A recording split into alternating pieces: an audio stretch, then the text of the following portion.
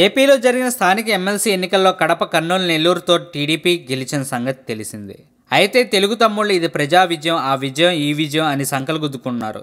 కానీ ఇక్కడే అత్యంత రహస్యంగా జరిగిన ఈ ఎన్నికల వ్యవహారం తెలిస్తే షాక్ అవుతారు. మనం బెట్టింగ్లు ఎక్కువగా కోడి పందాలు, క్రికెట్లో చూసాము. కానీ తెలుగు తమ్ముళ్ళు వందల కోట్లలో టీడీపీ ఇన్ని ఓట్లు గెలుస్తుందని బెట్టింగ్ పెట్టి పోగొట్టుకున్నారన్న సమాచారం. కానీ తెలుగు తమ్ముళ్ళు వందల కోట్లలో టీడీపీ ఇన్ని ఓట్లు గెలుస్తుందని బెట్టింగ్ పెట్టి పోగొట్టుకున్నారన్న సమాచారం ఉంది. నెల్లూరులో టీడీపీ అభ్యర్థి 200 ఓట్ల మెజార్టీతో గెలుస్తాడని సుమారుగా 200 కోట్ల రూపాయల పైన బెట్టింగ్లో పోగొట్టుకున్నారు.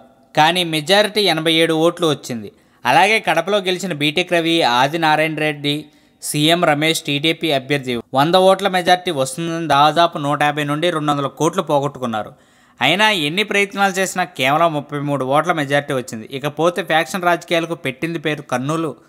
మరి అలాంటి కర్నూలులో కూడా టీడీపీ అభ్యర్థి 150 నుంచి 200 ఓట్ల మెజార్టీ వస్తుందని బెట్టింగ్ భారీ మొత్తంలో వందల కోట్లలో బెట్టింగ్ పెట్టి జేబులు ఖాళీ చేసుకున్నారు. ఇక్కడ కూడా మెజార్టీ కేవలం 60 ఓట్లు. ఏది ఏమైనా స్థానిక ఎమ్మెల్సీ ఎన్నికల్లో తెలుగు తమ్ముళ్ళు పెద్ద మొత్తంలోనే బెట్టింగ్ బాబులయ్యారు. అది సంగతి.